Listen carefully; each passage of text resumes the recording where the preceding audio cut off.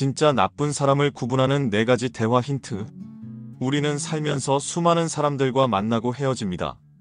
그 중에는 우리 삶에 햇살처럼 따스함을 가져다주는 사람이 있는가 하면 어두운 그림자처럼 우리 마음에 무거운 짐을 지우는 사람도 있습니다.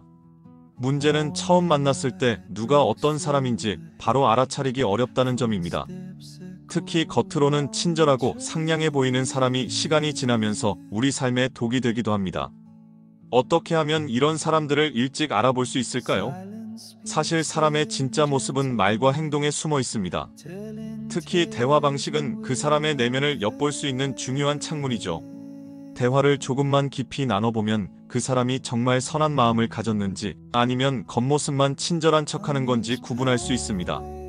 마치 맑은 물과 탁한 물이 섞인 잔처럼 시간이 지나면 자연스레 그 본질이 드러나게 마련입니다. 여기서 잠시만요. 여러분의 구독과 좋아요는 큰 힘이 됩니다. 소중한 응원 부탁드려요. 먼저, 나쁜 사람들의 가장 뚜렷한 특징은 책임을 늘 남에게 돌린다는 점입니다. 문제가 생기면 자신의 행동을 돌아보기보다는 내가 그랬잖아라는 말부터 시작합니다. 마치 뜨거운 감자를 받자마자 다른 사람에게 던지듯 불편한 상황이 생기면 즉시 책임을 전가하죠. 예를 들어 약속 시간에 늦었을 때 길이 너무 막혔어가 아니라 내가 빨리 오라고 재촉해서 오히려 더 늦었잖아라고 말한다면 주의해야 합니다. 이런 사람들은 자신의 실수를 인정하는 것이 마치 엄청난 패배처럼 느끼고 항상 다른 사람이나 환경 탓을 하며 자신을 방어합니다. 이는 자신의 행동에 책임을 지지 않겠다는 마음가짐의 반영이며 이런 태도를 가진 사람과 깊은 관계를 맺게 되면 모든 갈등에서 여러분이 죄인이 될 가능성이 높습니다. 생각해보면 우리도 가끔은 변명을 하거나 책임을 회피하고 싶을 때가 있습니다. 그건 인간의 자연스러운 방어 기제니까요. 하지만 진정으로 좋은 관계를 원하는 사람은 때로는 불편하더라도 자신의 실수를 인정하고 배우려는 자세를 갖습니다. 미안해, 내 잘못이야 라는 말을 할 수 있는 용기는 오히려 더 강한 사람임을 보여주는 증거입니다. 두 번째로 조심해야 할 신호는 대화의 균형이 완전히 깨진 경우입니다. 내 말은 듣지 않고 자기 말만 하는 사람들이 있습니다. 이들에게 대화는 소통이 아니라 자신을 과시하거나 상대방을 지배하는 수단에 불과합니다. 마치 테니스 코트에서 혼자서만 공을 치는 것처럼 상대방의 생각이나 감정에는 관심이 없고 자신의 이야기만 일방적으로 쏟아냅니다. 이런 사람들과 대화를 나누다 보면 묘한 허전함과 피로감이 찾아옵니다.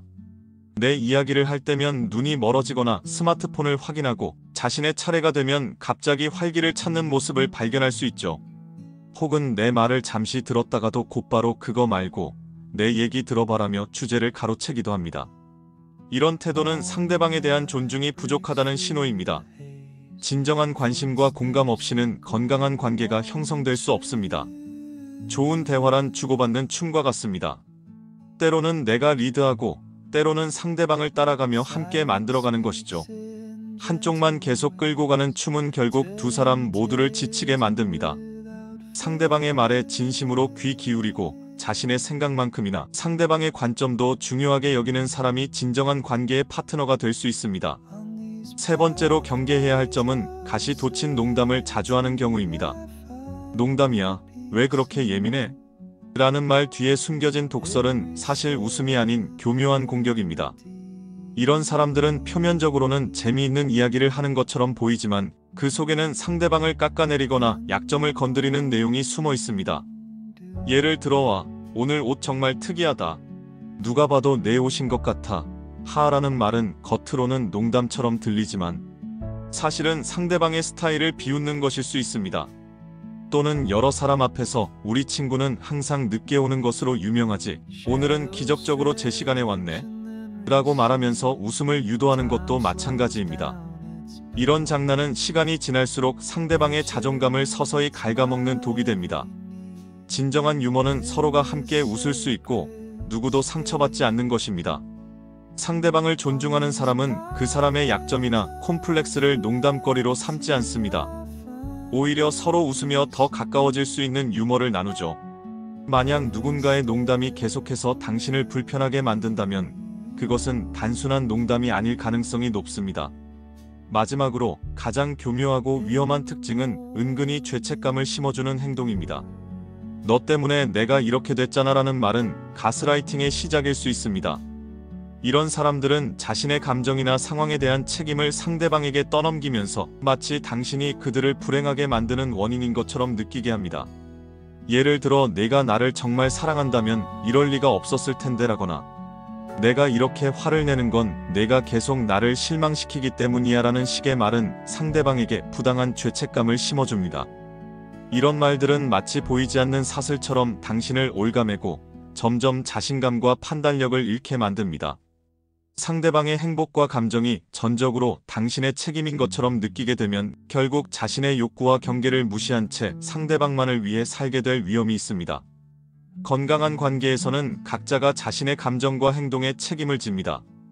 네가 그래서 내가 화났어가 아니라 나는 이런 상황에서 화가 나라고 말하는 것이 더 솔직하고 존중하는 태도입니다. 서로의 감정을 인정하되 그것을 상대방 탓으로 돌리지 않는 것이 중요합니다. 결국 사람을 볼 때는 말투보다 말의 본질을 들어야 합니다. 아무리 부드럽고 세련된 말투로 이야기해도 그 안에 담긴 진심은 결국 드러나기 마련입니다. 누군가와 깊은 대화를 나누다 보면 마치 물속에 잠긴 빙산에 숨겨진 부분이 서서히 모습을 드러내듯 그 사람의 진짜 모습이 보입니다. 우리는 모두 완벽하지 않고 때로는 실수도 합니다. 중요한 것은 그런 실수를 인정하고 배우려는 자세, 상대방을 진심으로 존중하는 마음가짐입니다. 진정한 친절함과 배려는 겉으로 보여주는 미소나 선물이 아니라 일상의 작은 대화 속에서 꾸준히 드러납니다. 좋은 사람을 만나는 것은 인생의 큰 행운입니다. 하지만 그 행운을 잡기 위해서는 우리 스스로 경계하고 분별할 줄 알아야 합니다. 누군가와 대화할 때 위의 신호들이 반복적으로 나타난다면 그 관계에 대해 다시 한번 생각해보는 것이 좋습니다. 때로는 관계에서 거리를 두는 것도 자신을 지키는 현명한 방법일 수 있으니까요. 말에는 진심이 담깁니다. 그리고 그 진심은 결코 감출 수 없습니다.